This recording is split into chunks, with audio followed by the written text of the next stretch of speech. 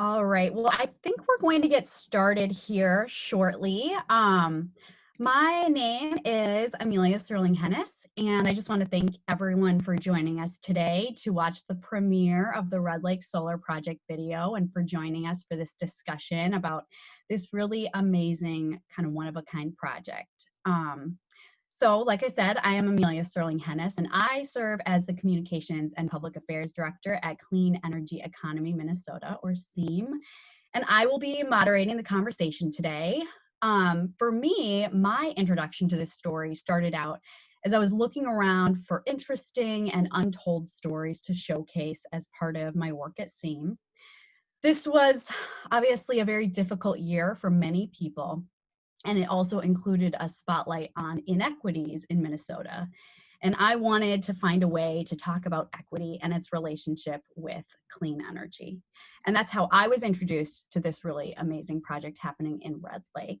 And I think that that is an excellent place to kind of dive into our introduction to the rest of the panelists. Ralph, could you kind of lead off and introduce yourself to viewers?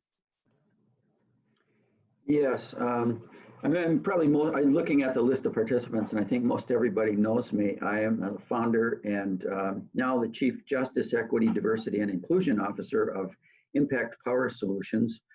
And for the past 4 years, I have been working to help the Red Lake Nation get some momentum on their solar project. So I'm honored to be part of the team that is making that happen, let me say. Bob? Yes, my name is Robert Blake, and I am a Red Lake tribal member. I am also the owner of Solar Bear, who is the being contracted by Ralph and the Red Lake Solar to do the installation for the Red Lake Solar project, and also executive director of Native Sun Community Power Development, which is a nonprofit located in Minneapolis. And thank you, everyone, for having me. Thank you, guys. And we are still hoping that Chairman Daryl Siki will be able to join us. And if when he does, we will just kind of pause and let him introduce himself as well. But we will kind of move on to the agenda. And I just want to thank both of you for being on this webinar today to talk about this project. So this is a very ambitious project, and there are many different aspects of the story, from the logistical to financing to the workforce development component. But I wanted to start with the origin at the very beginning, and we're going to spend about 10 to 15 minutes outlining the backstory of this project, and then we'll watch the video and we'll follow that up with some prepared questions. If any audience member has a question at any time, you can put that into the chat, and Kyle from IPS will be collecting those. Bob, do you think you could start off just telling people a little bit about the initial concern with the mercury levels in local lakes? Yes, absolutely, Amelia. One of the problems, one of the concerns the tribe had was the high levels of mercury content that we were seeing in our fish population. As you know, Red Lake is one of the, if not the largest landlocked lake in the state of Minnesota. We have 11,000 of them. And one of the things that we were seeing was our fish had a high mercury content, and understand too that the Red Lake fishery is our oldest business. It's 100 years old. And so it really meant a lot to the tribe. It was a part of our diet. Wild rice, which is a part of our creation story in the Ojibwe, in the Anishinaabe culture, is really important to us. And so, this is all deals with water. And, we just really realized that there were, this was energy connected. This was burning of fossil fuels that was coming down in perspiration from rain onto our lakes.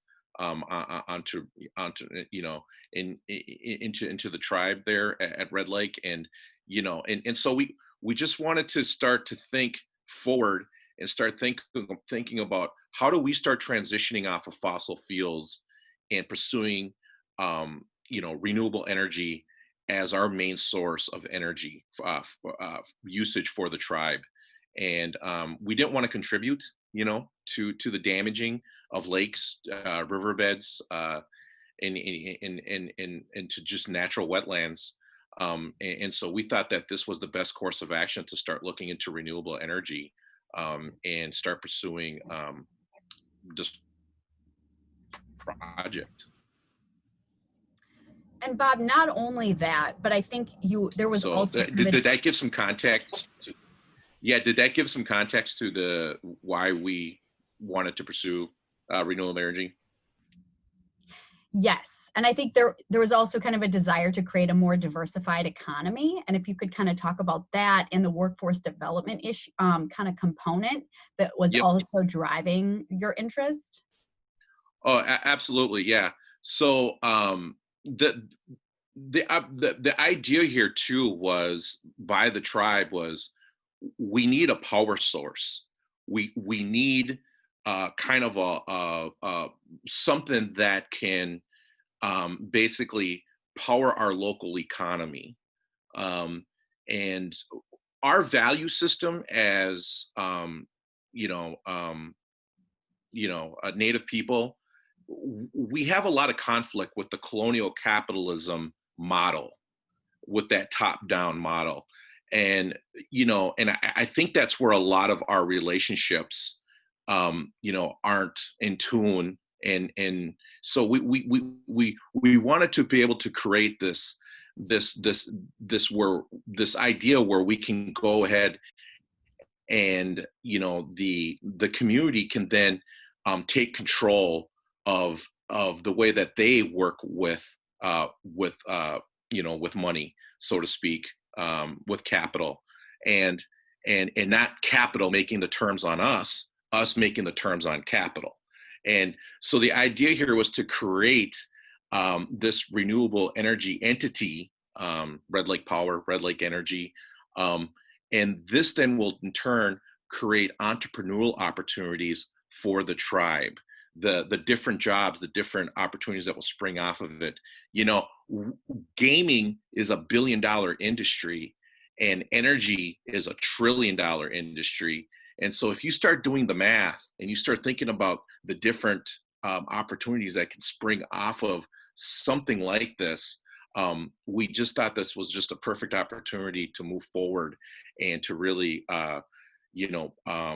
start moving in this direction. And I would give the perfect example, Gila River down in Southwest Arizona, where they have their own tribal utility, and they've 30 years ago their tribal members bought some power lines, and now they're serving all of Phoenix. They're serving Phoenix, and they're doing wonderful. And so I think they're a perfect example of, I think, where tribes really want to go in the future on this. And that was the whole idea around this, was to create this entity that will then create the entrepreneurial opportunities for the community, but also create the power, and then being able to create a workforce. Because on this, we know that running these entities, these power entities, is a 24/7 job. So that means there's 24/7 jobs that are there for the community.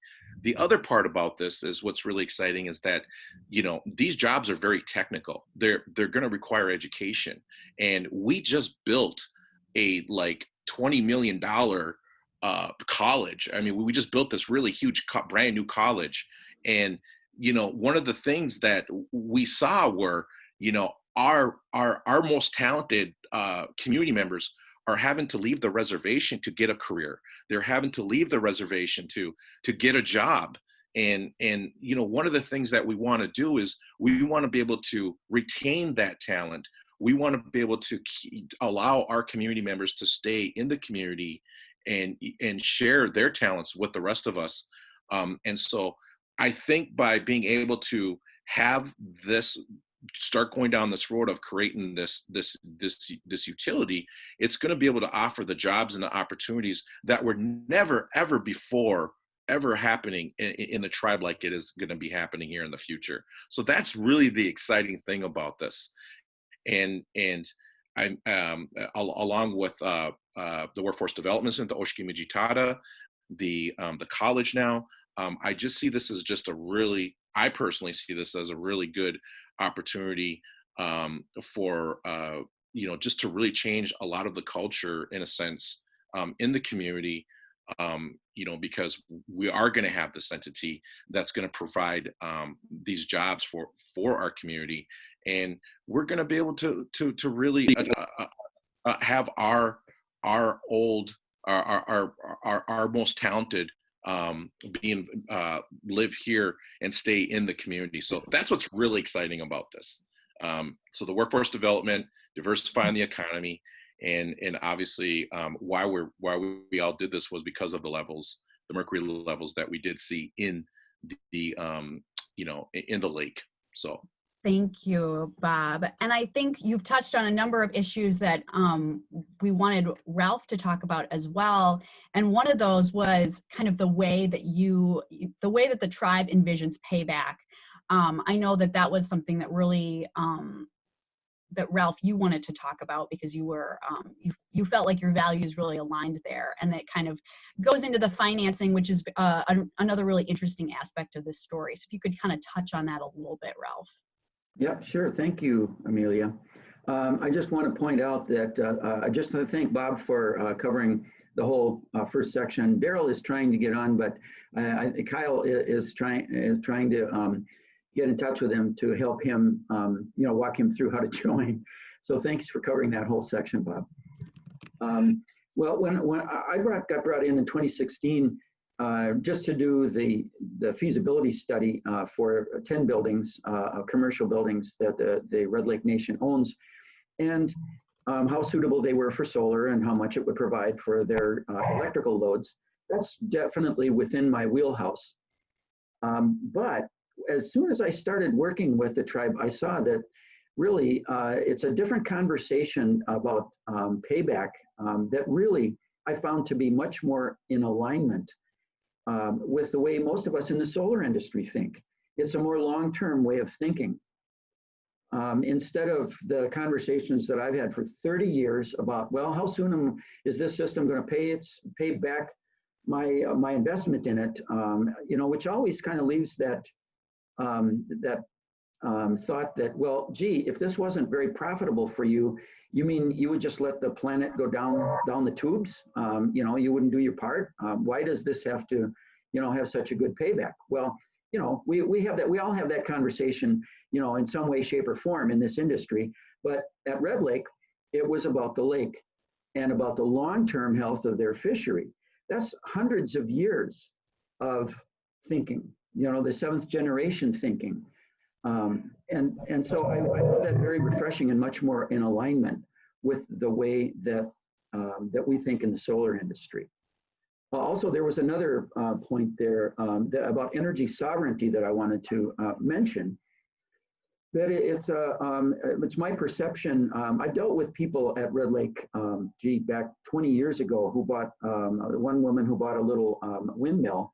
And the utility wouldn't let her hook the windmill up because even though it was just going to charge a battery, it just seemed like there's always been a bad relationship between the local utility and the tribe. I figure that there's a lot of poverty on the tribe. People get their electric bills, they're left unpaid, and so their power gets cut off. And this is just one of those little problems. I live in the Twin Cities. I look at the homeless problem that we have right now. And who do I see doing something about it? There are a lot of organizations doing good work, but one of the leaders among them is the Red Lake Nation. They're building shelter for homeless people. And I think in a way they're showing us in the larger community how to take care of your people. You don't throw people away.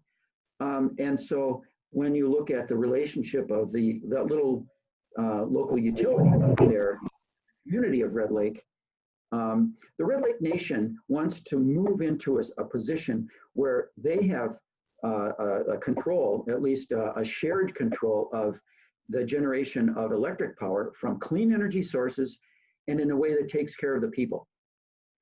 And I love that aspect of working with the tribe. So I guess maybe that just there's a lead in there to the financing issues. And Bob touched on, the idea of the capital.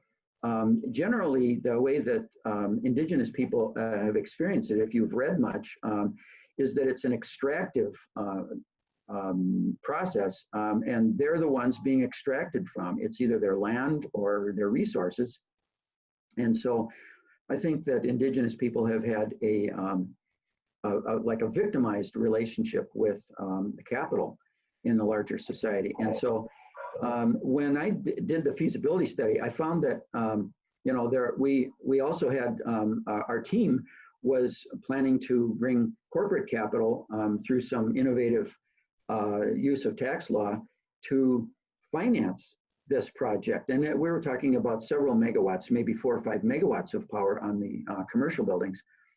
And corporate capital didn't show up.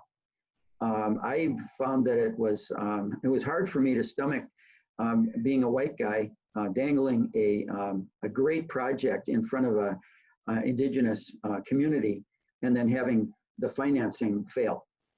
And right at that time, this was 2017, I attended a conference at McAllister College put on by Transition USA, which is about localism and post-petroleum economic development, and saw what was being done in communities like South Detroit, where the city of Detroit has pulled city services back, Atlanta, Oakland, in disadvantaged communities where crowdsource financing has really been a tool that has helped communities develop their projects that that the community needed. And it wasn't just going to big capital and asking please. So we tried it. I went to the chairman and said, well, okay, we need a plan B. And so let's try crowdfunding for the smallest of these 10 projects. And that happened to be on the government center, which of course, being the core of the community, is one of the most visible of these projects. And so we thought that if the crowdsourced funding worked on the government center, that people in the community might see that they could actually participate in financing their own economic development. And so, after 6 banks refused to provide any debt financing, I decided to try the crowdsource. Well, and when let's just say that where someone would be, we can get into the details maybe later, but I'll just suffice it to say that the crowdfunding worked extremely well. We went to church communities.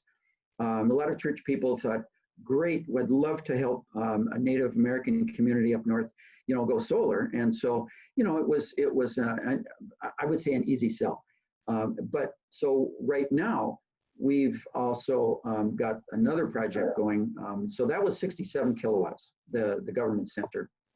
And what we really needed to do was just to get some momentum, because after talking about doing something with solar energy for a decade and really not seeing anything materialize yet in the way of financing, the crowdfunding plus a little bit of capital from me really gained the momentum. When you can show that you've actually got something happening, I think it had vaulted Bob into the position of being able to talk about a real Red Lake solar project up at Red Lake. And so that's exciting. And of course, what that does is it sort of brings other opportunities for funding come out of the woodwork, because once people see something happening, it starts to look a lot more real and a lot more interesting. Thank you, Ralph. I think let's just maybe give all the viewers just a little bit of an example of the projects that have been completed so far and what's currently being worked on, and then the vision for the future, like what is next. Maybe Bob, if you could kind of talk about that a little bit. Yeah, sure. So currently we, the Red Lake, like Ralph said, the Red Lake Government Center has been completed. We're currently working on the Oshki Mijitada Workforce Development Building. And the exciting thing about that project is that's going to be used also as an example for the community to kind of get their heads wrapped around, you know, how is solar and you know, what does solar look like? What is it, you know, how does it work, you know? And so that's going to be used kind of as an opportunity for the community to take a look at it, to get their hands on, to see, you know, what's happening. So that's kind of one of the cool things about that project right there that we're currently finishing right now. There is going to be solar on top of the schools. I just saw on Facebook yesterday the chairman of the Red Lake School Board up there and other community members were talking about the energy or the energy bills that are going out to the local energy company, and they were complaining about it, and they were saying, when is the solar going to be on our schools? So what's really exciting about that though is this is being talked at the school board meeting. And so I'm really happy about that, and they're excited to get solar on top of the schools, and of course that will free up other resources that can go towards you know, early childhood education, other school initiatives that will help with the educational process of Red Lake. So that's what's really that's exciting about that. And then of course, you know, the long-term vision basically is to be able to hopefully create, you know, Red Lake power, Red Lake energy. I mean, you know, we want to be able to be energy sovereignty. You know, this is where we want to go down. And although we know that this is going to take a while, but I think it's important that we just start allowing ourselves to definitely see that. Hey, Amelia, I just seen that Chairman Siki just joined us. If you could, maybe we can segue into him real quick, since he's on board with you right now. Yes, excellent. Well, thank you very much, Chairman Siki, for joining us. It looks like, yes, you just connected. We have just kind of walked through kind of the evolution of the project, talked a little bit about the mercury levels in Red Lake, and that kind of being the impetus for talking about you know, changing the way that the tribe gets energy. Could you just talk maybe a little bit about yourself, introduce yourself to our viewers, and maybe give just a little bit about your impressions of the project so far? I think he could articulate a vision that he's been talking about for a long time too. Excellent, yeah.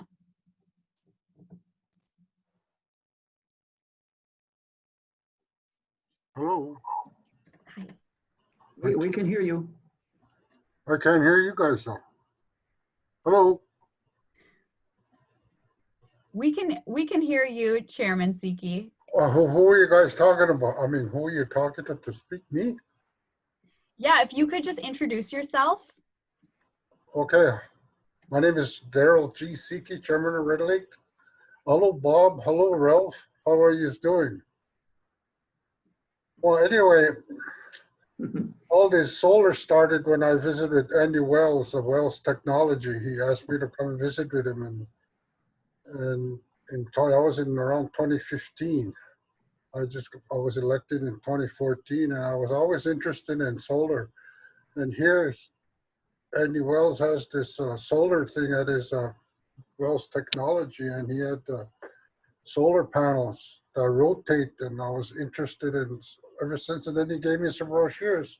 That's how I got started, because I was very interested in solar because of the trouble we had with Beltrami Electric Company. That's a co-op, and always getting disconnection for our tribal members. We pay a fee when we get on, and they have to pay for reconnection fee and so forth, and plus pay to. Anyway, to make it short, what I like to see Red Lake, that we are self-sufficient on providing our own energy to our tribal membership, so they won't have to pay no Beltrami Electric. So we pay millions and millions of dollars a year to Beltrami Electric, but they never considered that, even although we have a board member, a tribal member on the board, and we relayed our issues to him, but I don't know, because the other board members that on different areas have to vote on it. But that's what bothers me is no one has oversees the co-op. Seem like they can do anything they want, and we just got off the phone with PUC, and that's what they said. They try to talk to them about to regulate, because they can just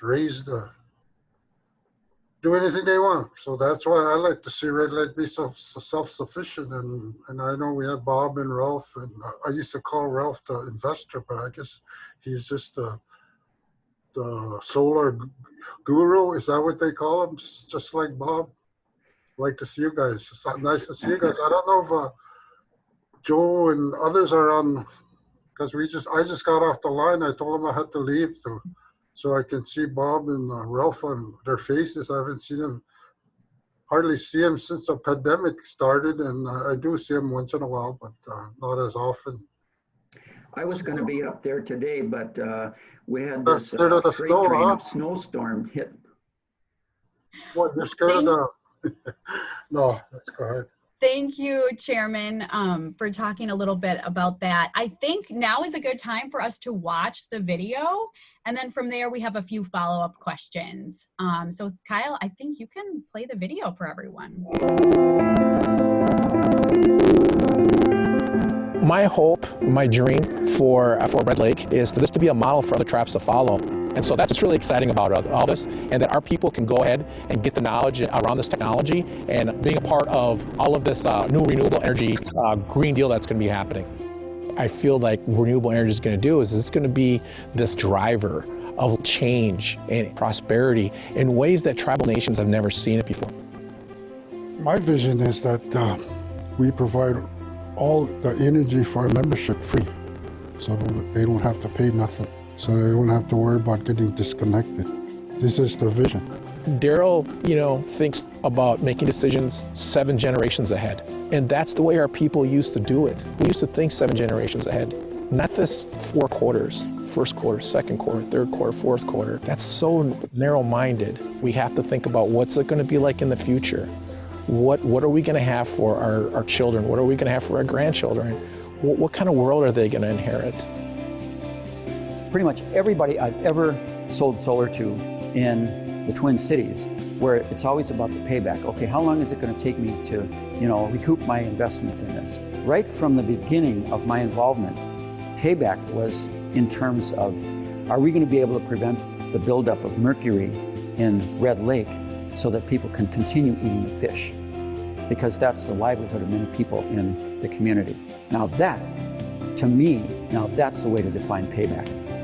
Because not only is this about going solar, it's about economic development and job creation. And so building skill sets so that as the skill sets develop, individuals in the community or crews like Bob Blake's crew are able to move into the market of solar installation. Now that's also something that the community offers to the larger world. And it's an income generator and job creator. This is our land, and this is where our kids are going to grow up. And future generations, we got to keep it as natural as possible. Like the heritage, everything, our traditions we have is mostly important to keep it like that. When you give people purpose, when you give people the ability to get up and do something that they love every day, I think that's how you battle alcoholism. I think that's how you battle drug addiction. I think that's how you battle missing murdered Indigenous women. I'm taking a swing. I could be wrong. You know what I mean? But damn it, if I'm wrong, then I want to be wrong and trying to do something positive for the environment and for the world. You know what I mean? So let me be wrong there, okay? But if there's a side opportunity here where we can go ahead and change the fortunes of a community because of renewable energy, then let's do it. I love Red Lake people. I love Native people. And I just want the best for them. I really do. I'm so proud to be from Red Lake. One of the greatest things is being able to serve your community, to be able to serve the tribe. And I just have so much unconditional love for this place, so much unconditional love.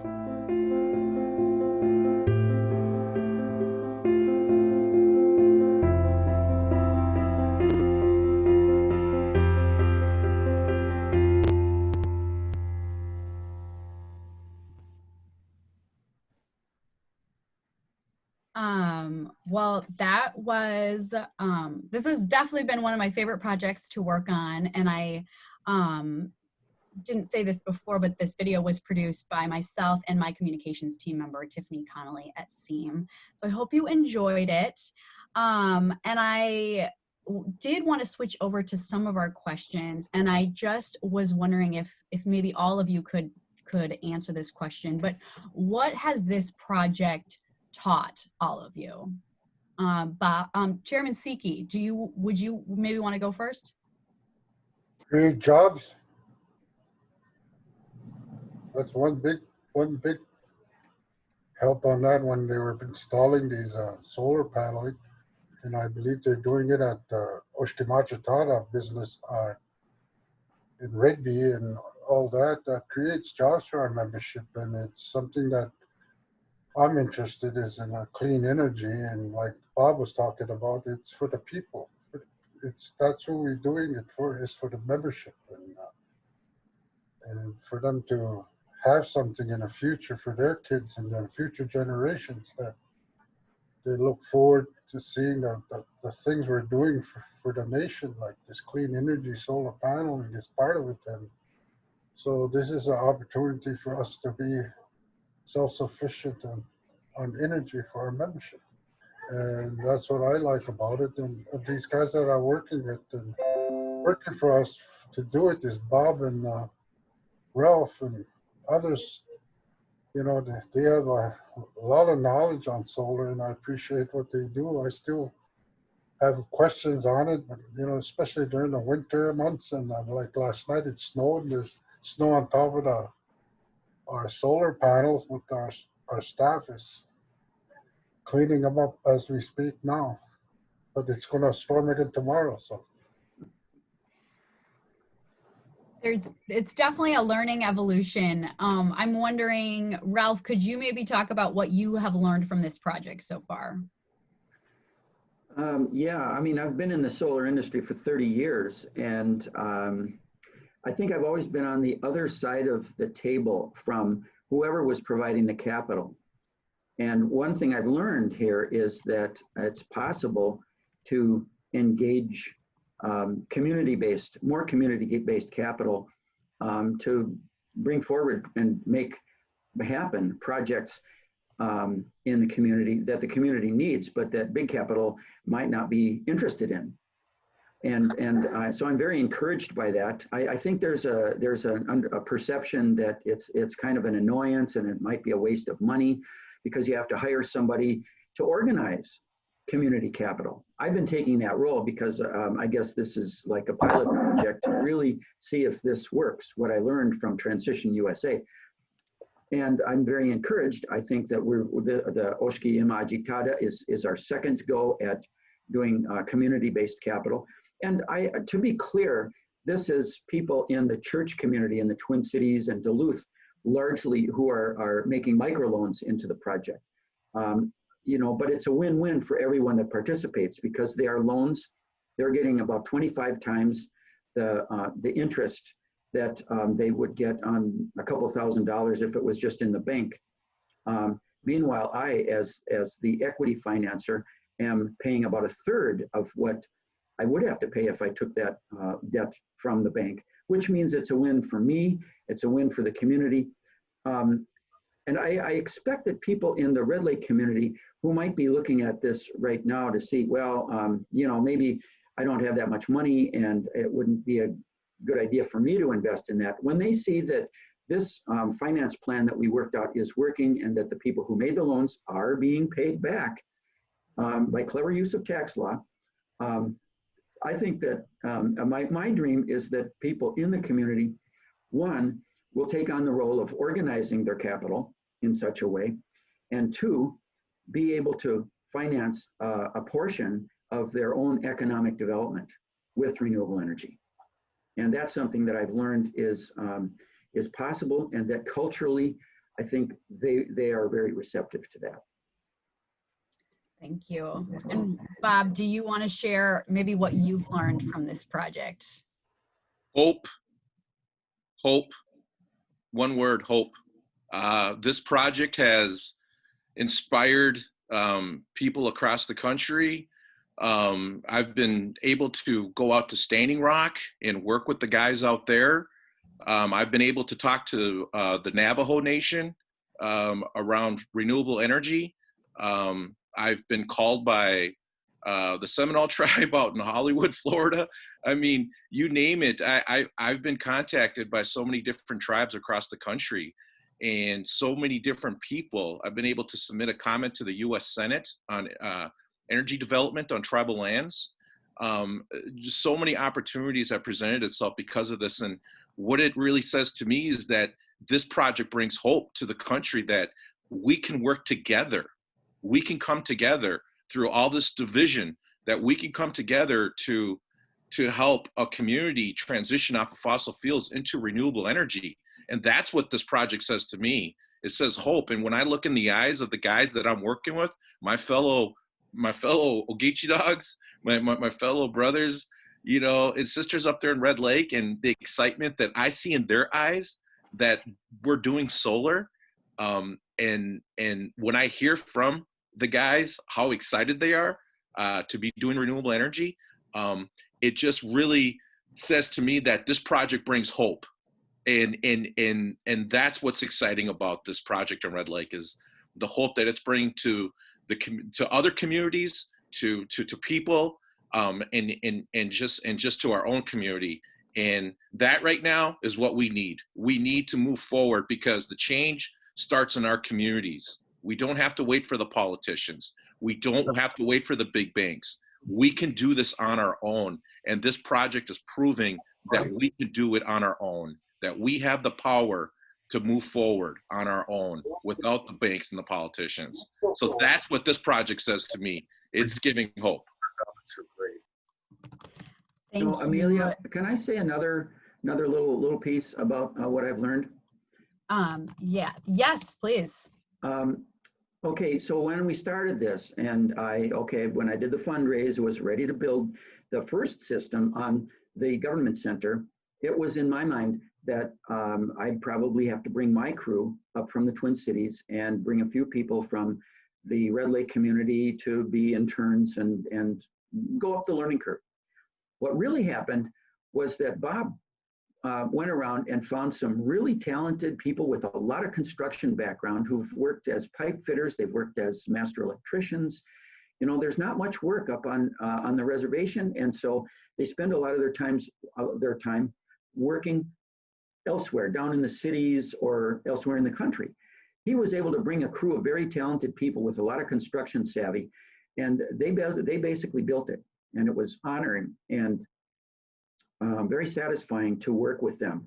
They solved a lot of problems that, you know, I could have been scratching my head, but by the time I found out about the problem, it had been solved by the people who were there.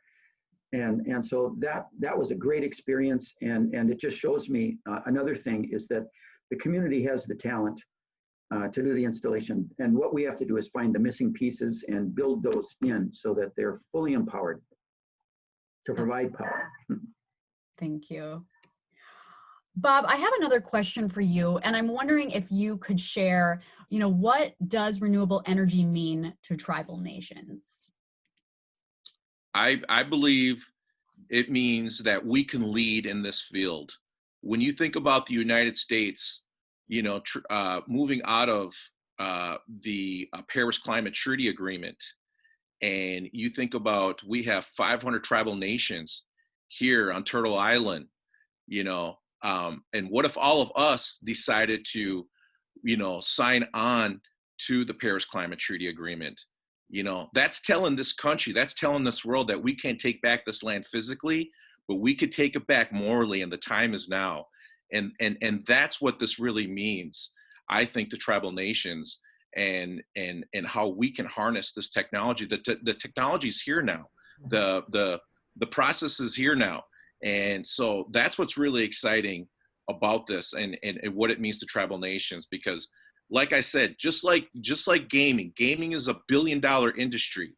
Energy is $1 trillion industry. And we've seen what COVID has done to our gaming revenue, you know, and the energy you know, the energy hits the world each day. 100,000 terawatts hit the world each day. We just have to harness it. The technology's here now. So we're able to do that. And so that's what's really exciting. And I think that's what's going to be such a game changer for Native communities, for tribal nations, and for this world. And I believe tribal nations could lead in this direction. And that's what's exciting about it. And that's how we do it. And so I'm just ecstatic about this. I yell it from the tops of the mountains. Every time opportunity I get a chance to talk, I pound this message through. And I just really do believe people are listening. So, miigwech. Thank you. Interrupt a minute? Yes, yes, please. I want to introduce our attorney, Joe Plummer. Yeah. Hello. Hi. Hi. We were just in a call in the other room with the Minnesota Public Utilities Commission, and we alerted them, you know, to our solar plans.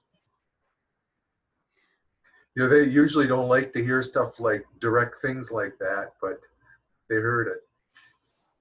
Well, that is great. Well, Chairman Siki, do you think you could share with everyone watching, you know, how renewable energy fits with your tribe's accountability decree?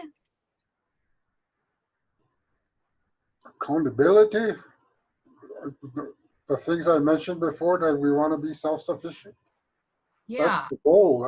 That's what we want to do, be self-sufficient on energy, so we don't have to rely on anyone else, you know, that we do it for ourselves, for our membership. And those are the things I like to see. And I'll have Joe make some comments on that too. And I know Bob Blake and Ralph, like I said before, because I don't know, this is exciting. We're also looking at wind energy to include with our solar. So those are the things we're doing, and I know it's a long ways to go, but yet we're starting. So it's a good feeling what we're starting to do. And so one of these days our members will see what will happen under, especially when they have the electrical bill become zero. Okay. Yeah. Amelia, I would like to introduce Joe Plummer a little bit more thoroughly. Joe is the tribal attorney that I negotiated the power purchase agreement, which is the governing contract that I have as the finance guy with the Red Lake Nation. And so he understands the nuances of the financing plan and the sale of the asset back to the tribe at year 7 when the IRS rules allow.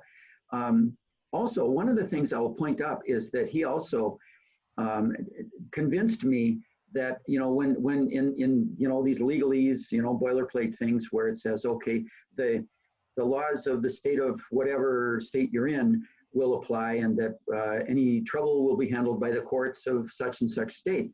Well, he insisted that we do this in tribal court.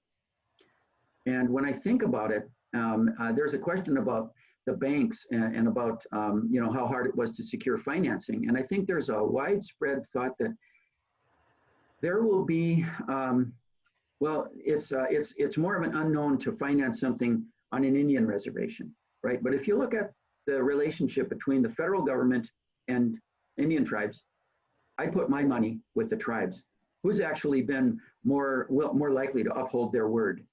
And so I'm very happy if we have disagreements to settle them in tribal court.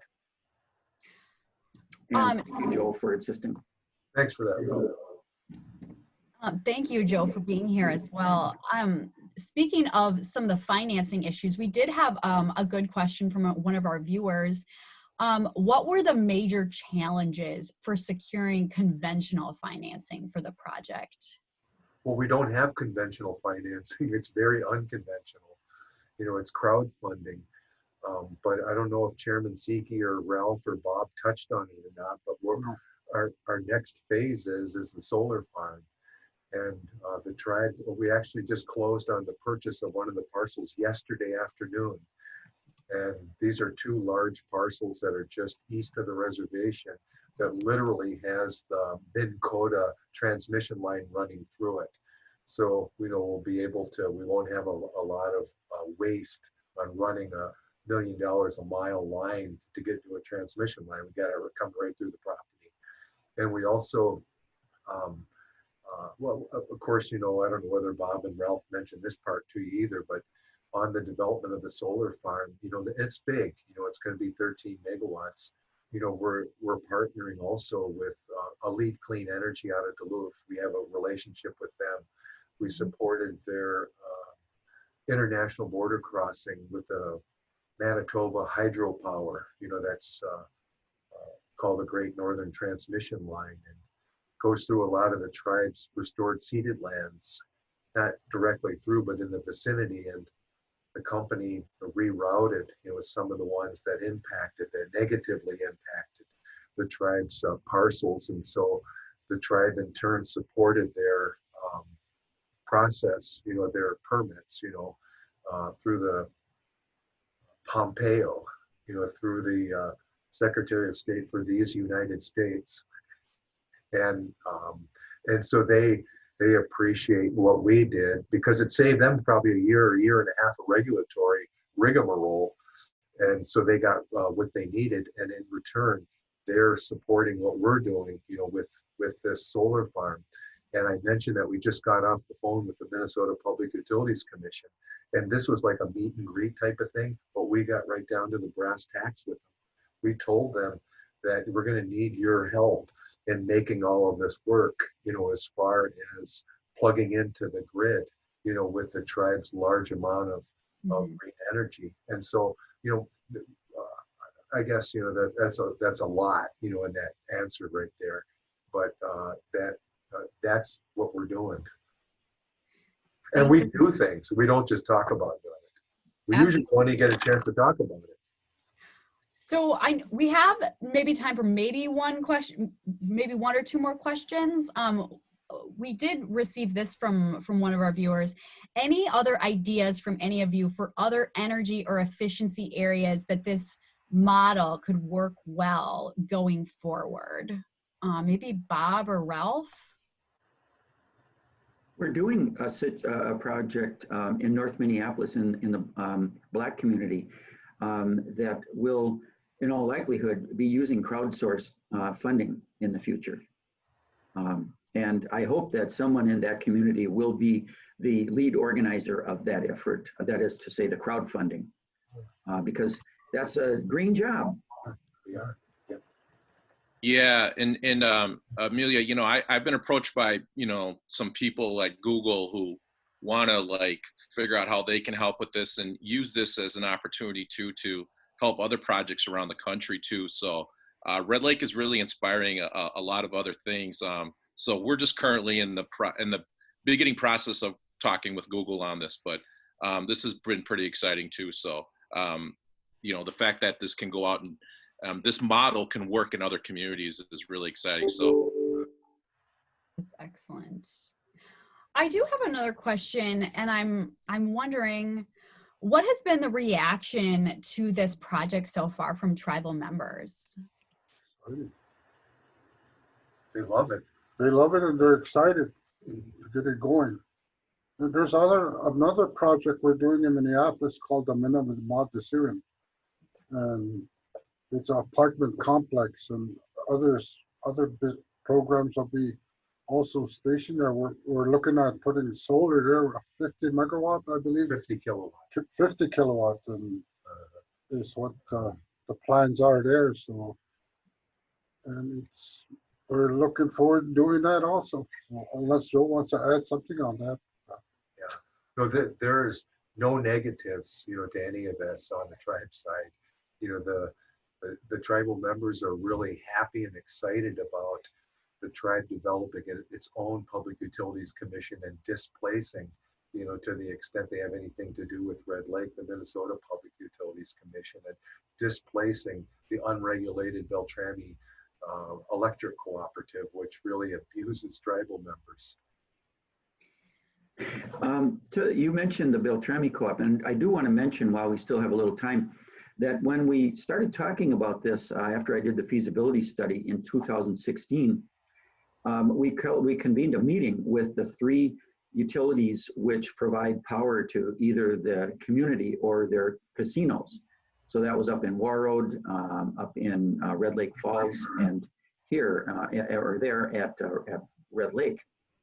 And they all told us, if you're going to put that much power on your buildings, you don't even donate it back to the grid. You have to use it all behind the meter, because we have this this problem where we have a lot of unsold power in the middle of the day, right when the sun is coming in, because people go off to work or go to school. And so that might not be in their service territory. And so they have this unsold power that they've purchased from their provider out at Minn Kota in the Dakotas. And so they said, don't even just donate it. And so what we realized was we had to keep it all behind the meter. That meant this project would have storage right off the bat. And so at the Oshki Imajikata, we will have storage to, be able to utilize all the power that comes in during the day. At the government center, there is a donation from the Legislative Commission, what is it, LCCMR, through the University of Minnesota to put a battery in as a backup to the IT center, because there are frequent power outages, little power outages, but it does a lot of disruption at the government center. And so we will be using storage in each of the projects. And just a few more questions about that storage, like what type of storage is used to capture it and how much of total power can be provided? Yeah, well, it really, the power, it comes from the solar, of course.